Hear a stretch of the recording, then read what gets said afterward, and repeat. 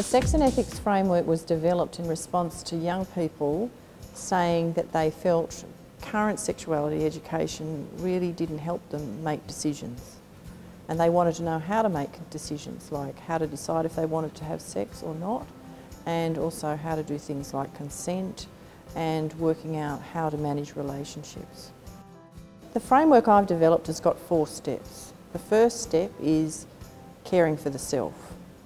And that means asking yourself some questions about, is this the right thing for me to do at this moment, at this time?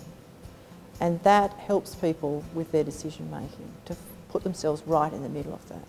And then the second step is to think about, because they might be thinking about sex and wanting to have sex with somebody, what's the impact of those desires and the things they particularly want from that other person on that person, so that they start to think about the other person, not just their own needs.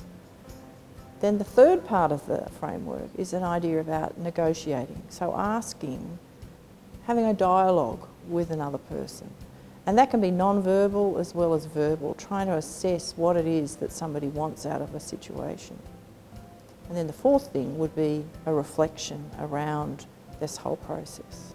Boys like it because they in some way feel like they've been left out of many of these discussions. A lot of focus has been around young women and the risks associated with sexuality, but they're often left not really knowing what this whole territory is about. They're driven by their hormones and they're driven by their mates' ideas about things, and they might be looking at the net and finding all kinds of things, but really about making decisions and how to do that in a respectful, ethical way.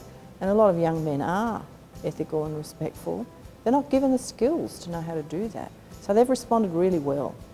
Young women often need to be able to say what it is they don't want, and they start to learn something about that better. Also to learn what they do want, so to be able to say, I want this, or I would prefer we do it this way. Young men, I've found, need to be able to pay more attention to their partner and listen to what their partner is saying, whether that's verbally or non-verbal, and pay attention and accept sometimes that they're not going to get the answer they want. And we found in evaluating the program that it was the young men, that was the major change they made, which they still held on to that 6 months after the program was finished, that they were able to pay much greater attention to their partner's needs. And for the young women, we found that they were much better at looking after themselves. Is it the right thing right now? That's probably the biggest challenge. How do they do that in a way that thinks about themselves but also is considerate of others? So they don't end up in a situation where they're pressuring or coercing somebody, and that they understand those limits, but they also, for both women and men, that they get an opportunity to enjoy sex.